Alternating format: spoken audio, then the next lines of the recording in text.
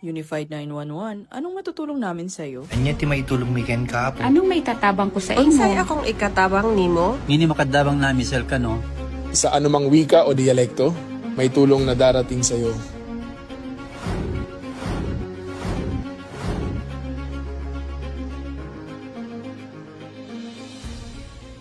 Lilingkod sa bawat Pilipino at magbibigay ng tamang impormasyon para sa tahimik at maayos na Pilipinas. Police News Network, alagad ng batas, tagapagtaguyod ng balitang pulis, sandigan ng mamamayan, patnubay ng katotohanan. La Campo Crame, maghahatid ng pinakahuling kaganapan at nagbabagang balita. Ito ang PNN Police News Network. At ngayon, ang inyong mga tagapagbalita. Magandang araw, Bagong Pilipinas. Ako ang inyong alagad ng batas, tagataguyod ng Balitang Pulis, Patrolwoman Maria Danica Bungo mula sa Regional Mobile Force Battalion ng NCRPO. Maghahatid sa inyo ng tamang balita, kwento ng pulis at serbisyo para sa mamamayan. At ito ang PNP News Online. Ang pangunahing balita ng Police News Network, alagad ng batas, tagataguyod ng Balitang Pulis.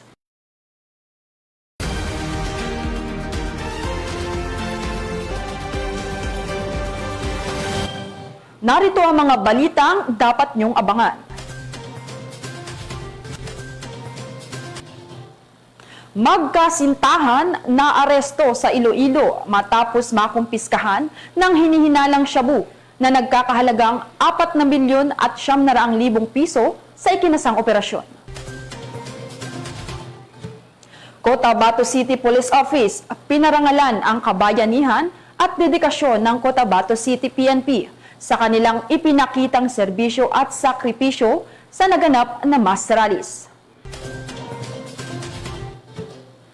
At higit 3,000,000 pisong halaga ng shabu nasabat ng Luon PNP sa ikinasang operasyon.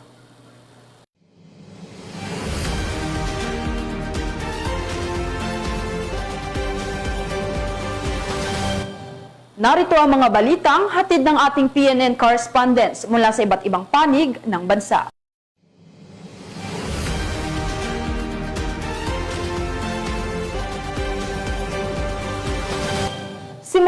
Simulan natin ang balita mula sa bahagi ng Luzon.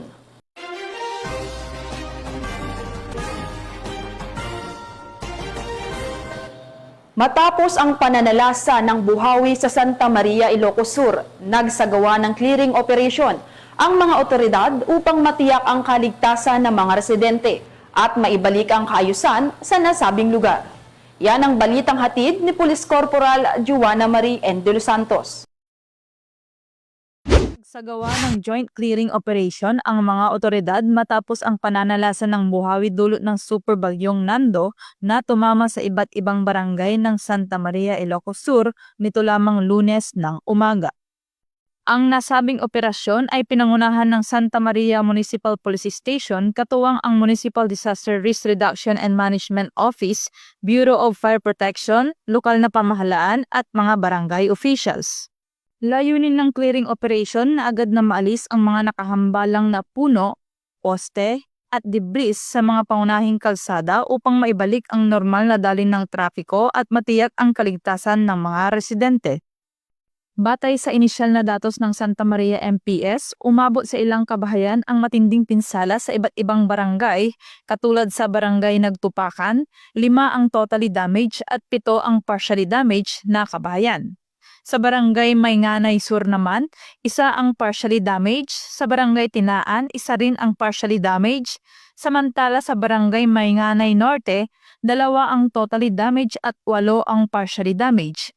Sa barangay Babalasyoan, 1 ang partially damaged at sa barangay Nagsayawan, 8 ang totally damaged at 19 ang partially damaged.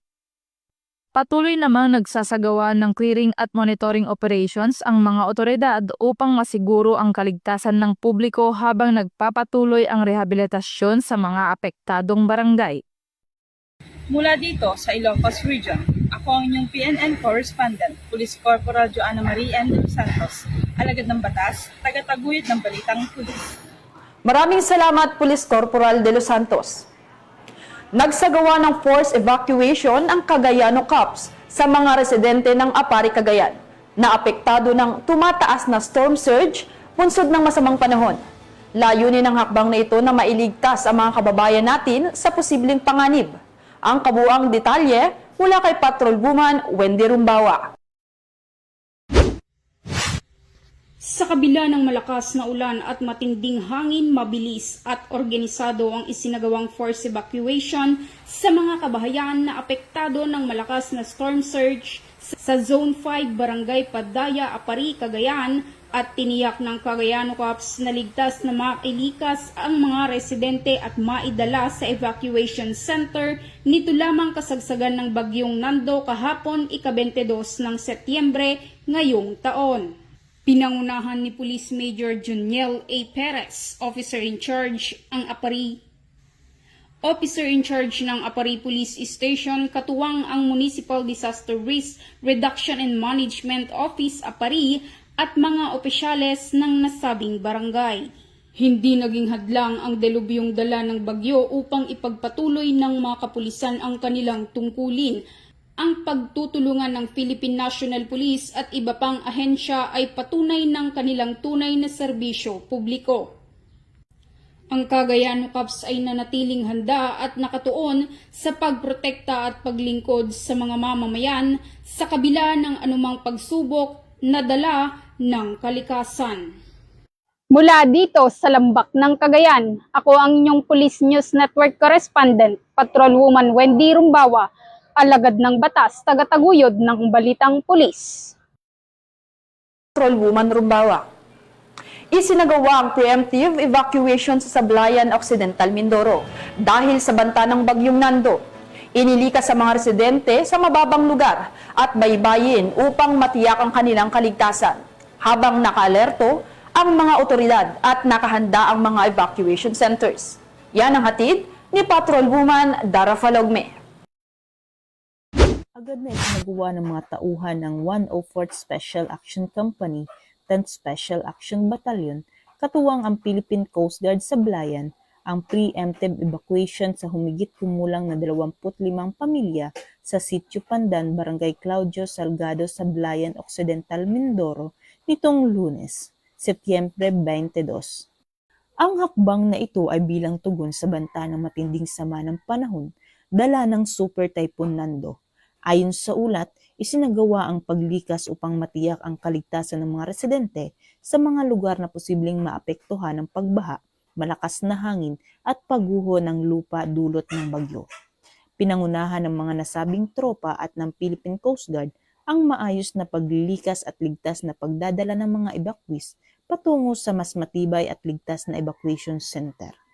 Kaugnay nito, tiniyak ng mga otoridad na patuloy ang kanilang pagbabantay at koordinasyon sa mga lokal na pamahalaan at iba pang ahensya upang masiguro ang mabilis na pagtugon sakaling lumala pa ang epekto ng bagyo.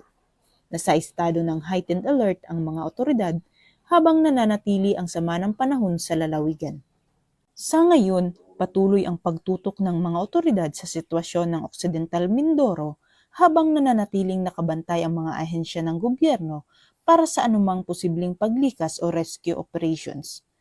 Sa gitna ng banta ng kalikasan, muling ipinamalas ng mga kapulisan ang kanilang dedikasyon sa serbisyo at tunay na malasakit sa mamamayan.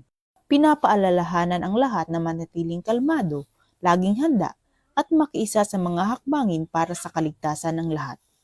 Mula dito sa Calapan City, Oriental, Mindoro, ako ang inyong PNN correspondent, Patrolwoman Dara Falogme, alagad ng batas, tagataguyod ng balitang pulis. Maraming salamat, Patrolwoman Falogme.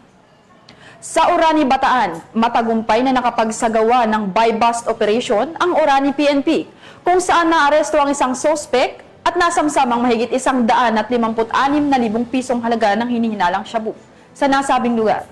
Ang ulat mula kay Patrolwoman Janice Bulahaw.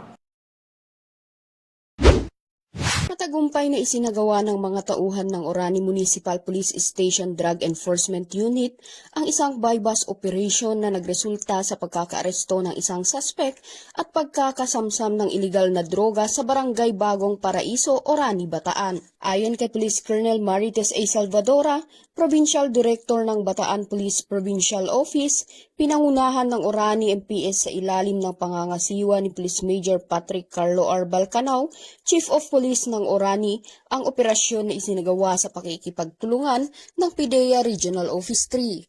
Naaresto ang 25 anyos na suspect matapos bentahan ng isang sachet ng hinihinalang shabu ang isang pulis na nagsisilbing posture buyer. Nang kapkapan, nasamsam sa kanya ang kabuuang 23 gramo ng hinihinalang shabu na tinatayang nagkakahalaga ng 156,400 pesos. Kasalukuyang nakakulong ang suspect sa kustodiya ng Orani MPS at nahaharap sa kasong paglabag sa Republic Act 9165 o Comprehensive Dangerous Drugs Act of 2002. Patuloy na pinaiigting ng Bataan PNP ang kampanya laban sa ilegal na droga at kriminalidad upang mapanatili ang isang ligtas at payapang komunidad. Mula dito sa Police Regional Office 3, ako ang inyong PNN Correspondent, Patrolwoman Janice Bulahaw. Alagad ng batas, tagataguyod ng balitang pulis.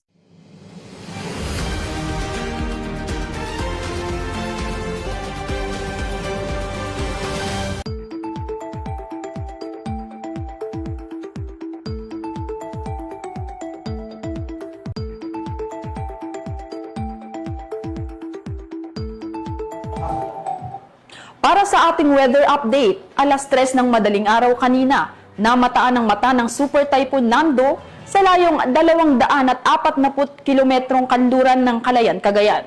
Taglay nito ang lakas ng hanging umaabot sa 185 kilometro kada oras at bugso na hanggang 230 kilometro kada oras, habang kumikilos pa kanluran sa bilis na 20 kilometro kada oras. Samantala, patuloy namang naaapektuhan ng habagat ang Southern Luzon, Visayas at Mindanao.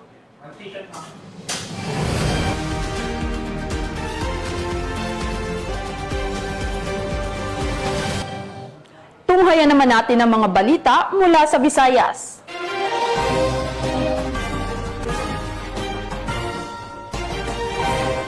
Sa Iloilo, magkasintahan ng naaresto matapos makumpiskahan ng hinihinalang shabu na tinatayang nagkakahalaga ng 4,900,000 pisong milyon. Ayon sa mga otoridad, nahuli ang dalawa sa ikinasang operasyon kung saan nasamsamang malaking halaga ng iligal na droga. Patuloy naman ang investigasyon habang nakadetain ang mga sospek at nahaharap sa kasong paglabag sa Republic Act 9165 o mas kilalang Comprehensive Dangerous Drugs Act of 2002. Ang report mula kay Patrolwoman Julie Bell Albior. Isang matagumpay na operasyon ng kapulisan kontra iligal na droga ang naisagawa at umabot sa tinatayang 4.9 million pesos ang halaga ng hinihinalang shabu ang nakumpiska sa ikinasang drug buy-bust operation sa NHA Village, Barangay Bakhawan Sur, Concepcion, Iloilo, nito lamang 21 ng Setyembre taong kasalukuyan. Kinilala ang pangunahing subject ng operasyon na si alias Budoy, 43 taong gulang, residente ng Barangay Bulaqueña, Estancia, Iloilo, isang high-value individual at ang nobya nito na si alias K, 25 taong gulang, walang trabaho, residente ng Barangay Salvacion, Concepcion, Iloilo, at isang street-level individual. Nahuli rin ang pamangkin ni K na menor de edad na si alias Nico, residente ng Barangay Salvacion, Concepcion, Iloilo.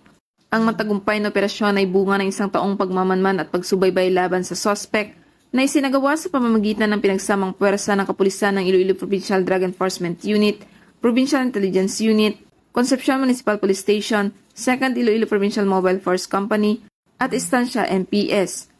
Ayon kay Police Lieutenant Gabriel Manguera, Deputy Chief ng Iloilo Provincial Drug Enforcement Unit, nakuha sa mga suspect ang isang heat seal sachet at 6 na nut tight packs ng suspected shabu na may timbang na humigit kumulang 730 gramo, 2 motorsiklo at iba pang non-drug items. Ayon pa kay Police Lieutenant Manguera, si alias Budoy umano ang nagsusupply ng iligal na droga hindi lamang sa ika-5 distrito ng Iloilo, kundi umaabot din hanggang Rojas City, Capiz. Naharap ngayon sina alias Budoy at alias K sa kasong paglabag sa Republic Act 9165 o Comprehensive Dangerous Drugs Act of 2002, habang si alias Nico ay turnover sa Municipal Social Welfare and Development Office para sa tamang disposisyon sa ilalim ng probisyon ng Juvenile Justice and Welfare Act o Republic Act 9344. Ang matagumpay na operasyon na ito ay patunay ng walang humpay ng kampanya ng pamahalaan kapulisan laban sa iligal na droga upang mapanatili ang maayos at ligtas na bagong Pilipinas. Mula dito sa Western Visayas, ako ang inyong Police News Network correspondent, Patrolwoman Dilibel Albior, alagad ng batas tagataguyod ng Balitang Pulis. Maraming salamat, Patrolwoman Albior. Nasabat ng Loon PNP ang hinihinalang shabu na tinatayang nagkakahalaga ng higit 3 milyon sa ikinasang operasyon. Samantala, arestado rin ang sospek na ngayon ay nahaharap sa kasong paglabag sa Republic Act 9165 o Comprehensive Dangerous Drugs Act of 2002. Patrolwoman Flora May Asares sa report. Nasabat ng Loon PNP ang higit 3 milyong halaga ng hinihinalang shabu mula sa sospek sa isinagawang bypass operation ng mga otoridad sa Purok 6 Katagbakan Norte, Loon, Bohol noong ika-21 ng Setyembre ng taong kasalukuyan. Ayon kay Police Captain Thomas Zenchong, Chief of Police ng Loon Municipal Police Station, Bohol Police Provincial Office, bandang alas 2:10 ng madaling araw nang ikinasa ng mga operatibang operasyon na nagresulta sa pagka-aresto ng sospek na si Jerome, 28 anyos, na residente ng Sandigan Island, Barangay Kalayugan Sur, Loon, Bohol. Nasa kote mula sa sospek ang 6 na plastic sachet ng hinihinalang shabu na may timbang na 455 grams at may standard drug price na 3,094,000 pesos. Buy-bust money, sling bag at motorsiklo na Honda. Kaagad binitbit ng mga otoridad ang sospek at kasulukuyang itong nakapiit sa Loon MPS. Kasong paglabag sa Section 5 at 11, Article 2 ng RA 9165 o Comprehensive Dangerous Drugs Act of 2002 ang kakaharapin ito. Sa ating Loon Police Station, led by Police Captain Thomas Dinsong, ang inyo pong successful operations ay pinapasalamatan po at kinukongratulate ng ating Provincial Director, Police Colonel Patricio Digay. Ang ating kapulisan po sa Bohol, led by our Provincial Director, Police Colonel Digay, ay patuloy po ang ating kampanya, intensified operations against illegal drugs in the province of Bohol. Now we are vowed to serve and protect the people of Bohol, sa Boholanos, kasama po yung mga turista, mga bisita. Yun po ang ating kampanya po dito sa lalawigan ng Bohol. At wag po kayong magatubiling magbigay uli ng mga impormasyon para po matulungan niyo po kami, nagampanan po kaming tungkulin para matigil na po ang paglaganap sa illegal na droga dito sa lalawigan sa Bohol. Mula dito sa Central Visayas, ako ang inyong Police News Network correspondent, Patrolwoman Flora May Asares. Alagad ng batas, tagataguyod ng Balitang Pulis. Maraming salamat, Patrolwoman Asares. Narito naman ang mga balita mula sa Mindanao.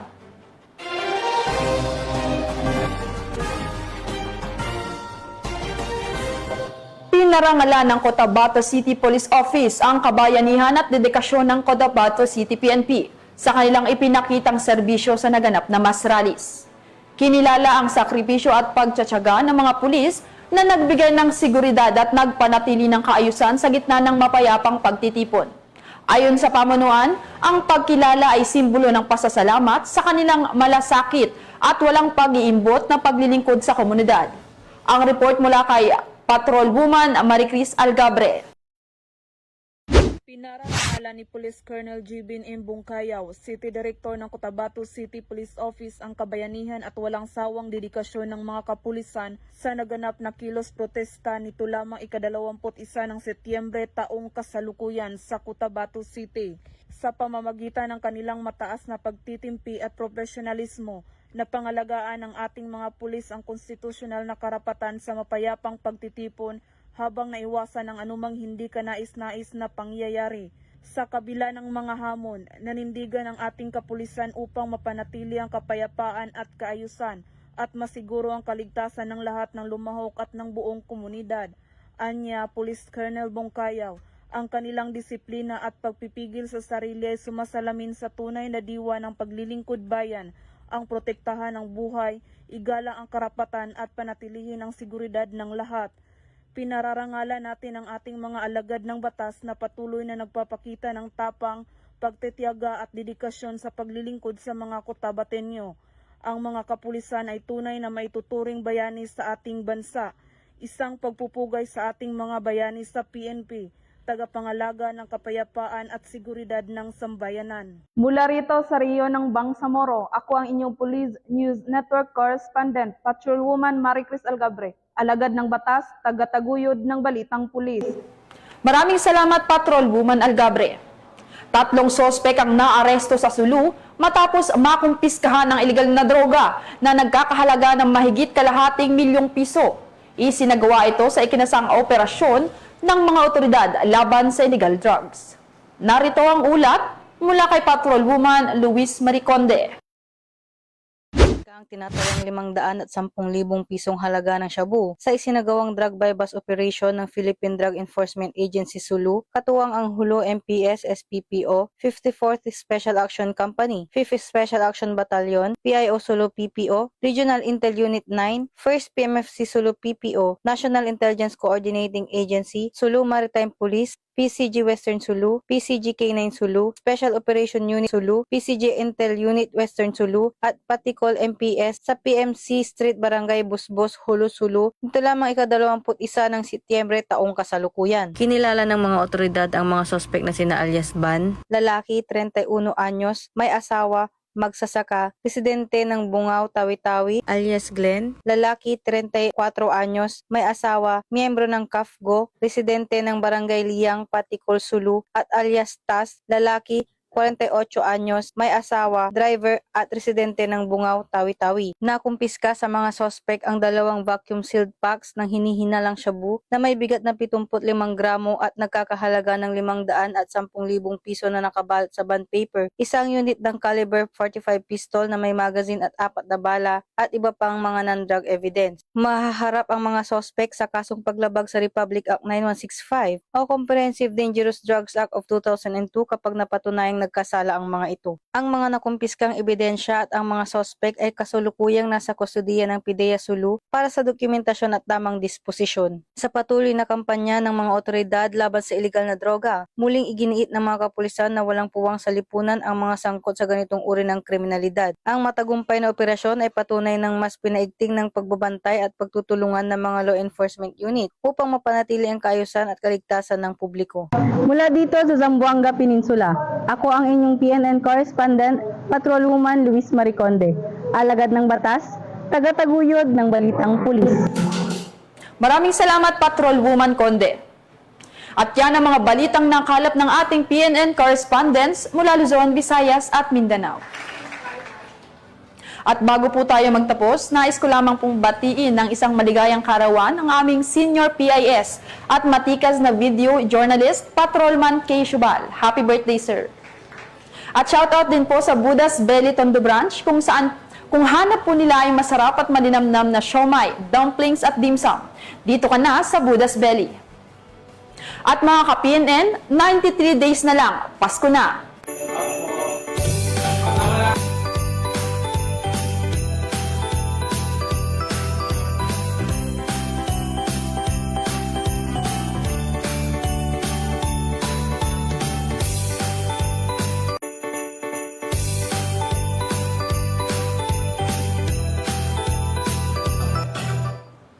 Sa ngalan ng pamunuan ng Philippine National Police sa pangunguna ni Acting Chief PNP Police Lieutenant General Jose Melencio C. Nartates Jr.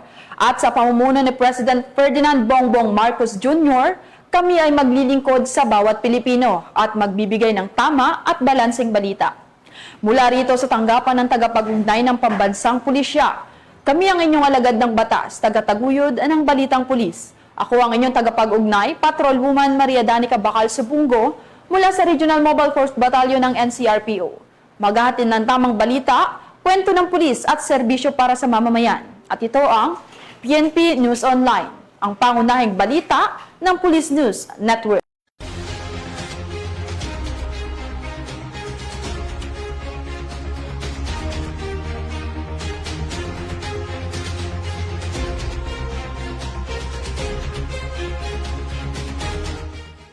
Police News Network, alagad ng batas, tagapagtaguyod ng balitang pulis.